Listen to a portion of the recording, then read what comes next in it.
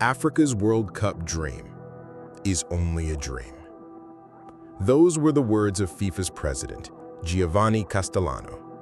He said them with a smile, with certainty, in the golden boardroom of FIFA headquarters in Zurich.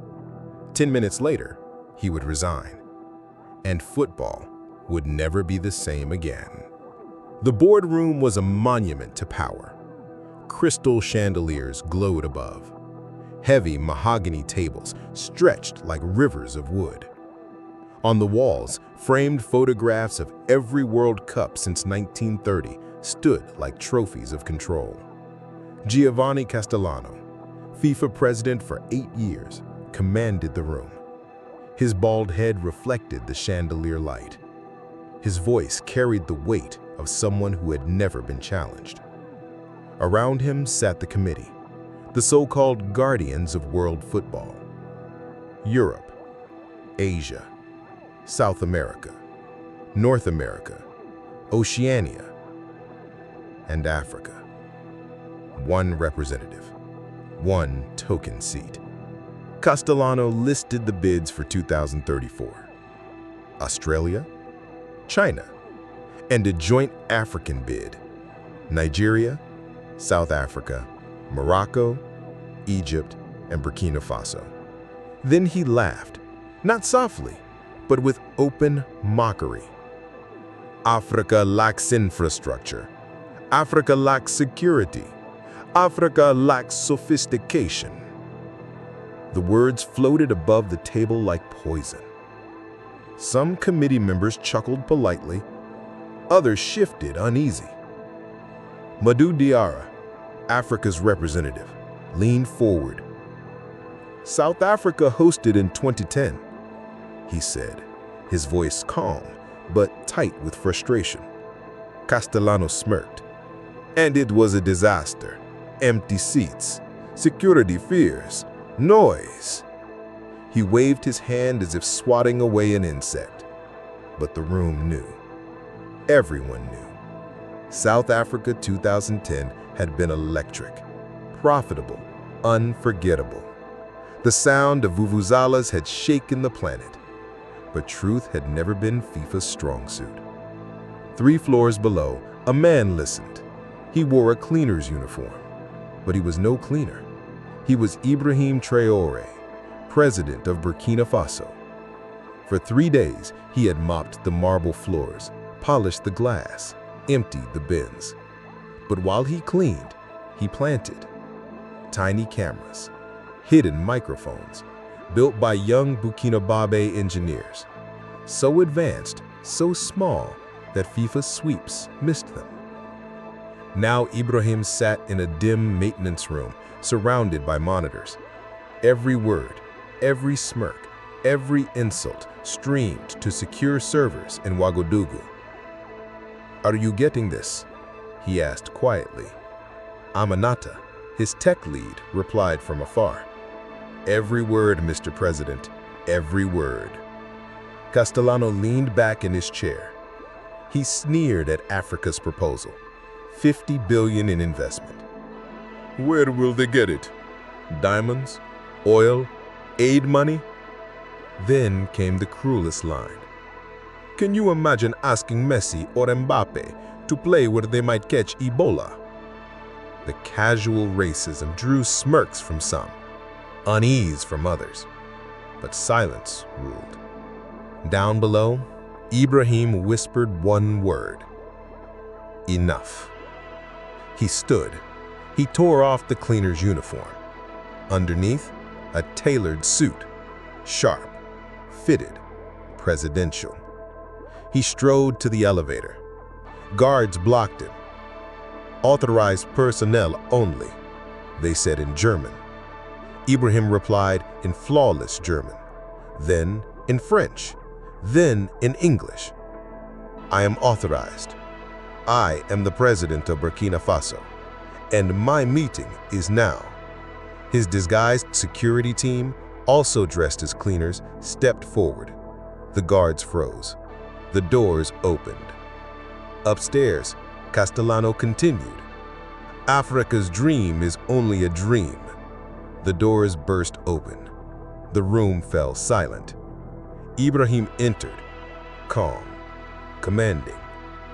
"Dreams," he said, his voice steady. "Or is it reality you fear?" Gasps filled the air. Castellano's face twisted. "President Traore, this is a private meeting." "I can, and I did." He placed a tablet on the table. The screen flickered to life. Architectural plans, financial documents, construction photos. But they were not from Africa. They were from Qatar. The real bid files, the real bribe ledgers. $50 million, and Giovanni Castellano's name was among them. The room erupted in denials. "This is fabricated," someone shouted. Ibrahim cut them off.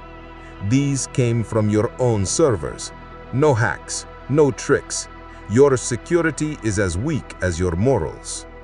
He tapped again. Bank transfers appeared. Money flowing from Qatar into FIFA accounts. That money funded stadiums built on the backs of African migrant labor. Men who died in the thousands, their names erased, their bodies forgotten. FIFA had profited from African deaths while denying Africa the right to host. Then came the audio, Castellano's voice. "Africans are talented monkeys. African federations are too stupid to organize a children's party." Some members gasped. Others lowered their eyes. A few tried to leave. Madu Diarra, Africa's representative, leaned forward. "How long have you known?" he asked. 2 years. For 2 years we gathered every insult, every theft, every betrayal. Why reveal it now? Because today Castellano said the words on the record. Africa's dream is only a dream. And now those words will end him. Ibrahim held up his phone. "This meeting is not private. It is being streamed live to your sponsors. Coca-Cola, Adidas, Visa, Emirates. They are watching." Phones buzzed around the table. Executives answered nervously. Coca-Cola CEO, "If Castellano does not resign, we pull 500 million. Adidas, we walk away. Visa, Emirates, all the same."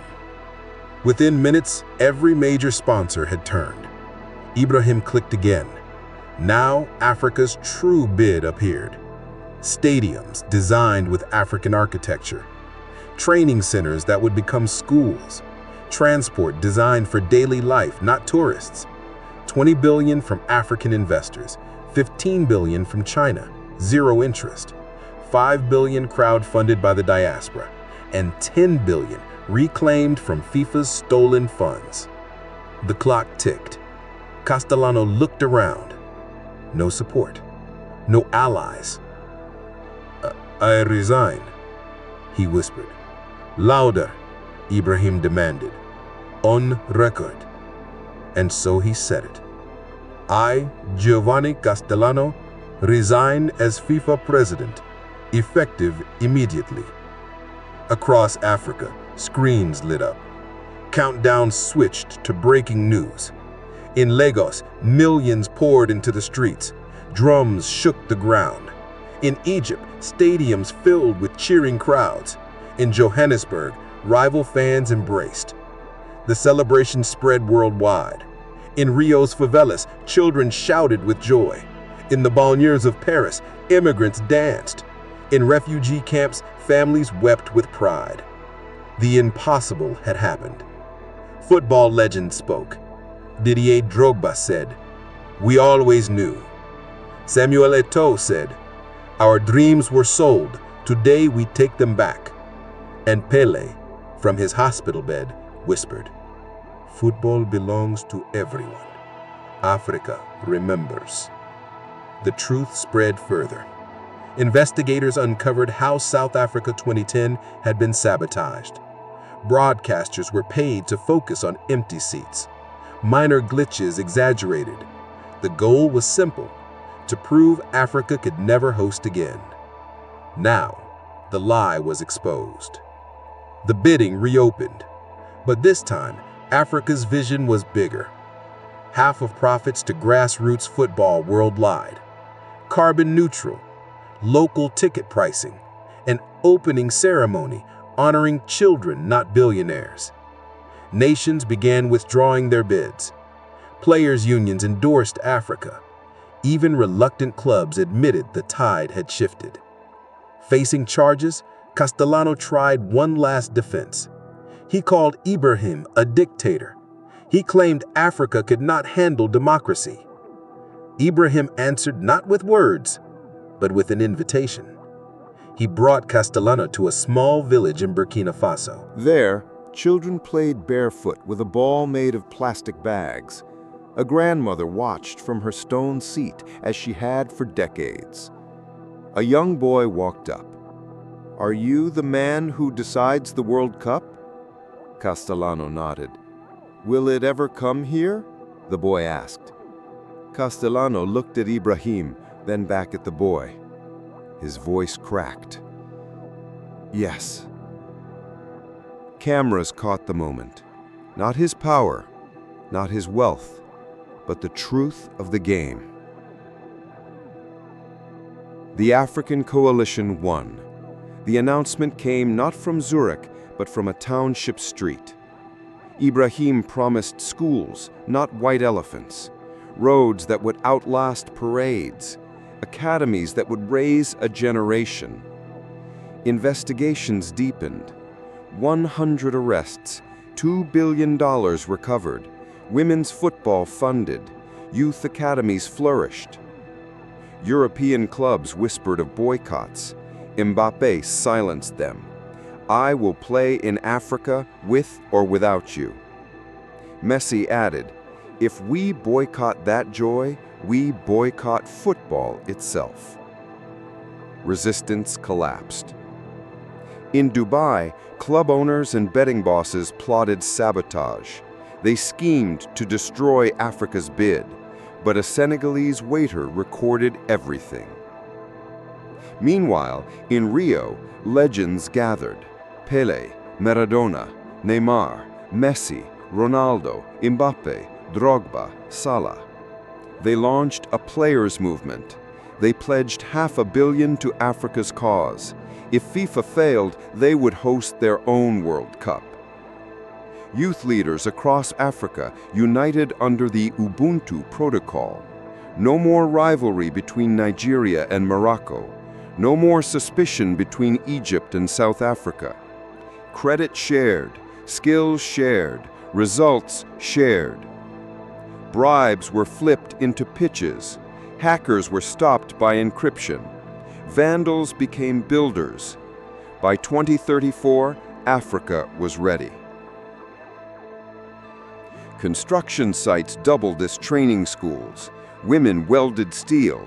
Former fighters became engineers. Street kids guarded stadiums. Reporters came expecting chaos. They found rebirth. Ticket sales shattered records. Corporate boxes vanished. Local fans filled the stands. Sponsors shifted from profit to contribution. Coca-Cola funded youth programs. Adidas made boots from recycled plastic. McDonald's served African cuisine worldwide. A storm tore the roof of Lagos Stadium. Western headlines screamed failure. Within a week, it was rebuilt stronger, harvesting rainwater for communities. Opening night arrived.